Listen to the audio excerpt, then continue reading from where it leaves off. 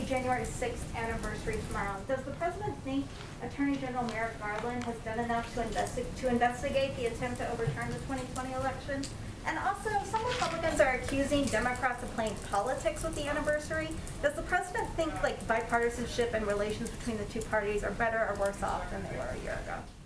Well, on the first one, we do something different here. We leave any decisions about investigations to the independent Justice Department, something that the Attorney General naturally demanded, and the President wanted to in his Justice Department and his Attorney General. And in the second, I would say that what you'll hear the President talk about tomorrow is the fact that you don't just love your country when you win. You love your country, you love democracy. In any scenario. And what is most disappointing to him is that there has been a silence and at times a complacency by far too many Republicans who have sat by and defended the big lie and perpetuated misinformation to the American public. That is not meant to be a partisan. That is meant to be a statement of fact and an important reminder to people of the history of our democracy in this country, and I think that's what people will hear from him tomorrow. I just have to get quickly around here because I want to get to everybody. Go ahead.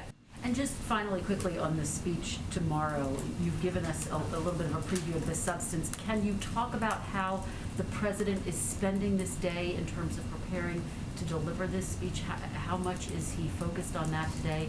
Is he doing dry run-throughs? I mean, obviously, this is a significant moment. Sure. Look, I would say first, I know the president doesn't have public events today. He does have a number of meetings with policy teams, and that's often what he's doing behind the scenes. If you were standing here today, which I know he's always invited, is what you guys will say, but he would say we never give him any free time or any time to think, and that is probably true. So that is a big part of his day-to-day.